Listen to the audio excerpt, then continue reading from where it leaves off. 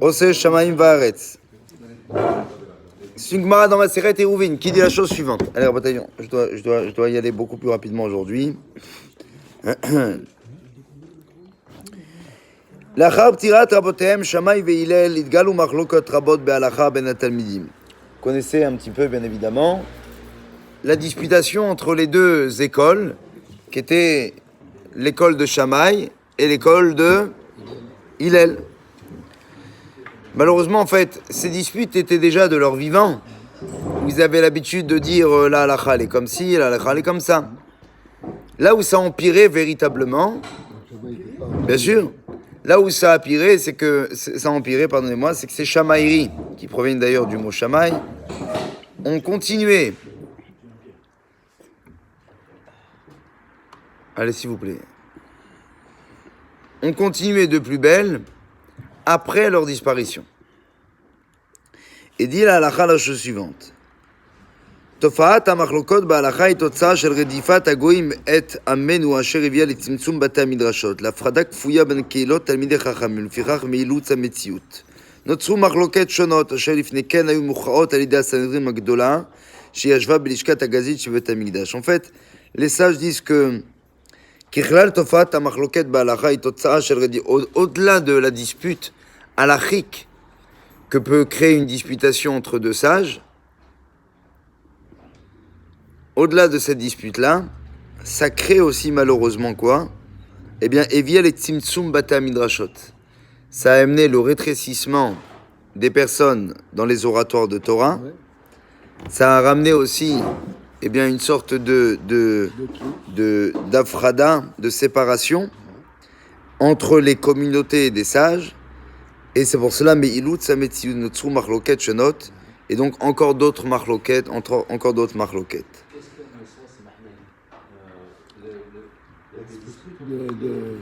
Les disputes de Shamaï et Hillel, après leur mort, elle a eu encore cette...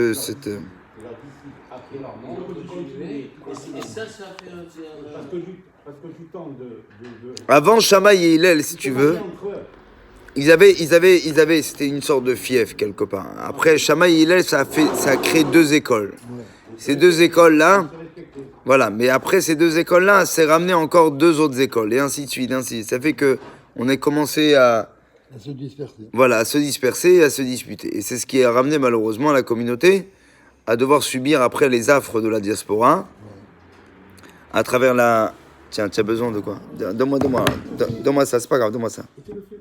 Ça va. C'est pas grave. C'est pas grave. Alors, אמר רבי אבא, אמר שמואל, במשך 3 שנים נחלקו בית שמאי ובית הלל בהלכות שונות. Et là, et la Gemara raconte une histoire ici qu'il y avait justement entre Beth Hillel et Beth Shammai. Il y a marqué que pendant 3 ans, ils se sont disputés. Be'alachot shonot, sur diverses halachot. Et nous, omrim halacha kemotenu. Certains disaient, la halacha est comme nous. Les autres, ils disaient, halacha kemotenu. Ad shelebasof yatsa bat kol mishamayim ve'amra, elu va'elu divrei Elokim chaim. Et sorti un jour, raconte le Talmud, eh bien, une sorte de voix qui est descendue des cieux et qui a dit eux, divrei Elokim chaim. Que ce soit ces propos-là ou là, ce sont des paroles de Dieu vivantes. Bah, halacha ke Beth Hillel, mais la halacha, elle est comme qui? Elle est comme Beth Hillel. כלומר, שניהם הביאו נימוקים נכונים והגיונים כדי לבסס דעותיהם, ההלכה למעשה היא כבית הלל. C'est le ciel qui finalement a tranché en faveur de Beth Hillel. Malgré qu'il était ici, on va dire, question que chacun avait en soi une sorte de raisonnabilité au niveau de leur plaidoirie, malgré tout, la halakha, il fallait faire comme Beth Hillel. Demande la Gemara, mais pourquoi Hillel a eu ce mérite-là? Pourquoi Hillel a eu ce mérite en particulier? Il dit mipnei shenochim vesavlanim hayu. Il dit parce que velamdu et divrehem vegam et divrei Beth Shammai velo zu bilvad ela shekdimu laskir et divrei Beth Shammai lifnei divrehem. La Gemara dit parce que l'école de Hillel, d'abord, ils étaient des gens qui étaient ce qu'on appelle sereins et qui ramenaient les propos de Beth Shammai avant leurs propres propos. D'accord? Il disait d'abord ce que l'autre avis pensait, et il disait, mais moi je pense autrement. Vous voyez ce que je veux dire? C'est-à-dire qu'il y avait une sorte de comportement loyal, exactement, en ce qui concerne même les opinions de leurs opposants. Et ça, ça a été d'une très très grande, finalement, tu dis le mot classe, et c'est vrai, mais ils appellent ça ici de l'humilité surtout. Ça provient d'une humilité profonde. D'accord? Et ישבו תלמידי בית שמאי ותלמידי בית הלל גדולי עולם למדו הלכה מסוימת לשניהם היו הבנות תובנות בהלכה זו. כאשר בית הלל דנו בנושא הם התייחסו תחילה לדברי בית שמאי ואחר כך שטחו את דעתם. אחרי זה מידה טובה. L'Agma elle dit pourquoi Beth Hillel a eu plus la halakha raison? Parce que dans leur qualité humaine, ils étaient plus grands. Mais là, il ne s'agissait pas de qualité humaine. Il s'agissait de connaissance, de logique. Beth Shammai peut être 100 fois plus intelligent que Beth Hillel, même si Beth Hillel il a des meilleures qualités humaines. Mais finalement, la halakha, c'est la halakha. Elle a été faite par rapport aux connaissances de l'homme, par rapport à son acuité d'esprit. Tu peux pas dire que parce qu'un mec c'est un bon mec, alors on dit allez, c'est en faveur de lui. Qu'est-ce que ça veut dire? C'est un peu pipé, on a l'impression. Vous voyez ce que je veux dire? Quand la Gemara a dit oui, parce que les élèves de Beth Hillel, ils étaient gentils, ils étaient humbles. Et alors? C'est pas parce qu'ils sont humbles qu'automatiquement la halakha est comme eux. Comprenez la question? Alors il répond, il dit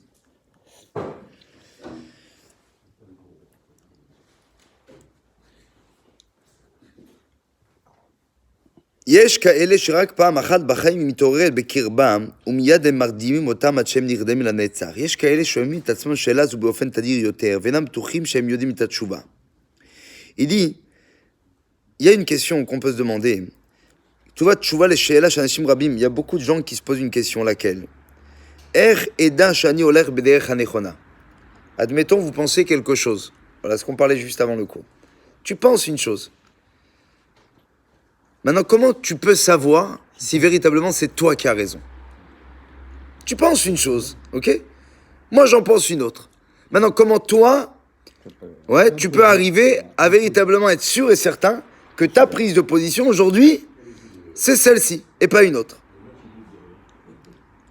Alors, il dit, certains se posent cette question une fois dans la vie. D'accord? Ouais. Il y en a qui se marient pas du tout, ils se la posent même plus, tu vois. Mais, non, mais c'est vrai, c'est-à-dire qu'il dit... Gilles, il est en souffrance, Gilles. Alors, il dit... Certains après s'endorment, et ils s'endorment pour l'éternité. Il y a des gens qui sont un peu plus conscients et éveillés et se demandent cette question très souvent. Et qui te dit que tu as raison, Béhémet? Hein? Qui te dit que ce que tu dis, c'est vrai? Peut-être que c'est pas vrai.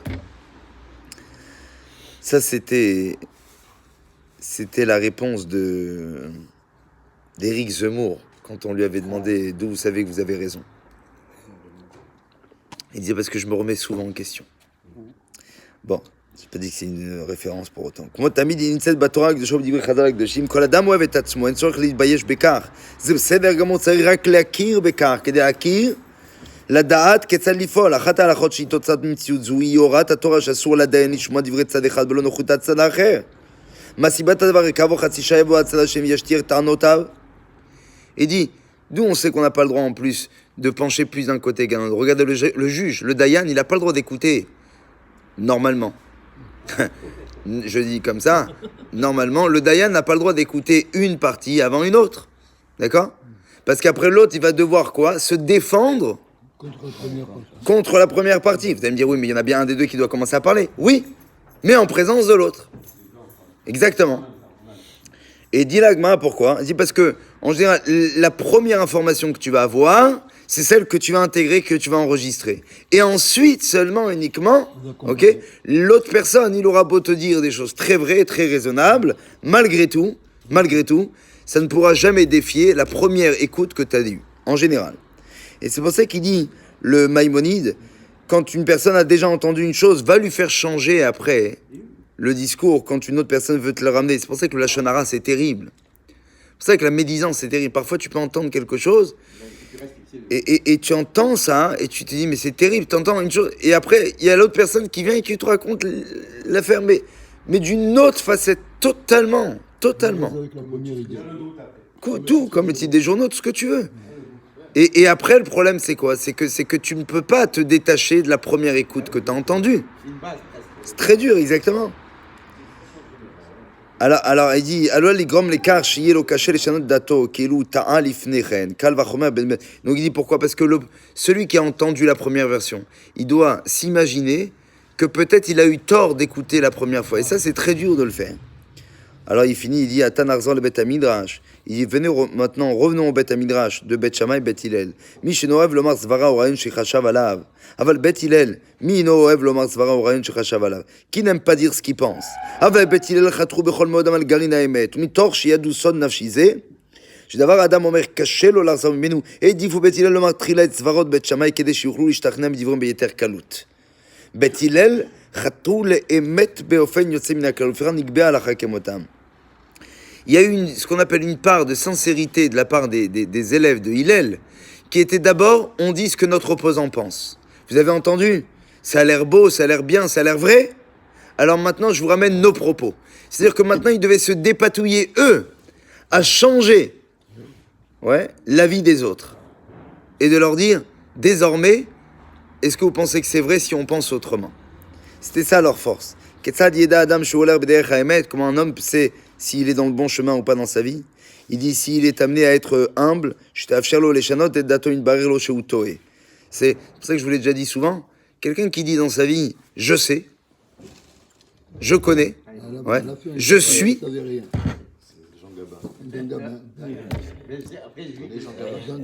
Oui, enfin, moi je connais le sandwich tunisien. René Gabin. Non, c'est pas celle-là. Non, je connais. Je sais que je ne sais rien. Je sais.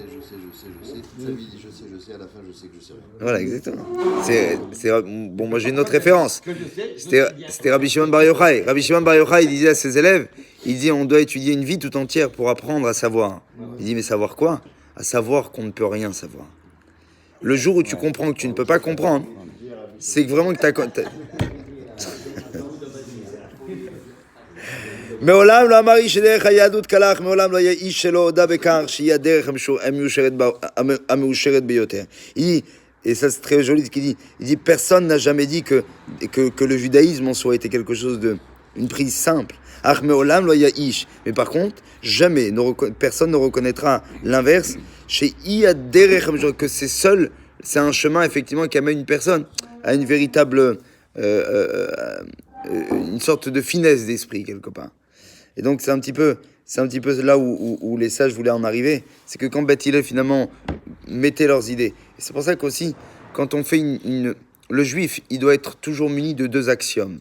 Le premier axiome, il doit être conscient que d'abord, le livre qu'il vient d'ouvrir, c'est un livre divin. C'est ça la Torah. La Torah, c'est d'abord de dire que c'est quelque chose qui me dépasse totalement. Ça, c'est le juif. Et la deuxième face du juif, c'est quoi? C'est de dire, mais qui lui a dit que véritablement c'était ça? Peut-être c'est faux. D'accord? Donc on prend en considération d'abord et avant tout que ça me dépasse. Donc je me soumets à cette lecture. Et en deuxième lieu, qu'est-ce que je dis? Je dis, mais peut-être c'est n'importe quoi. D'accord? Et c'est cette autocritique qui a amené une analyse profonde des textes et cette sorte de finesse d'esprit du judaïsme qui, quelque part, l'amène à penser qu'effectivement, je garde une soupape parce que c'est divin, mais malgré tout, mais qui m'a dit que ce que Dieu a dit, c'est véritablement vrai?